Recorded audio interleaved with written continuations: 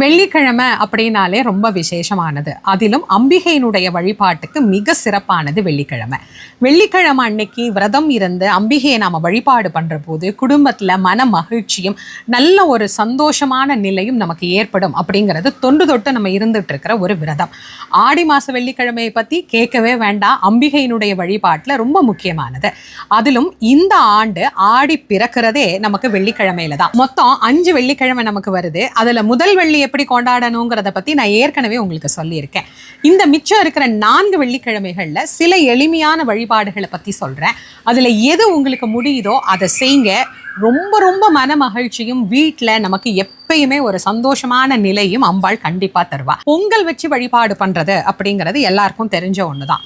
வீட்லயும் வச்சு வழிபாடு பண்ணலாம் வெள்ளிக்கிழமை அன்னைக்கு. இல்லைன்னா நம்ம ஊர்ல இருக்கக்கூடிய எல்லை தெய்வம், காவல் தெய்வம்னு சொல்றோம் இல்லையா, அந்த கோவில்லையும் போய் நம்ம பொங்கல் வச்சு வழிபாடு பண்ணலாம். மாவிளக்கு போடுறது, திருவிளக்கு வழிபாடு செய்யறது, சுமங்கலி பூஜை செய்யறது அப்படிங்கிறது எல்லாத்தையுமே இந்த வெள்ளிக்கிழமையில செய்யற போது அது இன்னும் அதிவிசேஷமான பலனை நமக்கு தரும். எது உங்களால முடியுதோ செய்யுங்க. எல்லாம் சொன்னீங்களேமா வெள்ளிக்கிழமை அன்னைக்கு படையல் போடுறத சொல்லலையே அப்படின்னா எப்படி சொல்லாம இருப்பேன். வெள்ளிக்கிழமை எந்த வெள்ளி உங்களால முடியுதோ அந்த வெள்ளிக்கிழமை அன்னைக்கு நம்ம வீட்டில் இருக்கிற நம்முடைய குலதெய்வம், நம்ம இஷ்ட தெய்வம், நமக்கு விருப்பமான அம்பிகைக்கு தளிகைன்னு சொல்லக்கூடிய படையல் போட்டு நாம வழிபாடு செய்யறது வீட்டுல அஷ்டலட்சுமி கடாட்சத்தையும் உண்டாக்கும், எல்லா விதமான நன்மைகளையும் நமக்கு பெற்றுத்தரும். நான் நிறைய சொல்லியிருக்கேன். எது உங்களால முடியுதோ அதை கண்டிப்பா செஞ்சு அம்பிகையினுடைய அருளை பரிபூர்ணமாக பெற்று மகிழுங்கள்.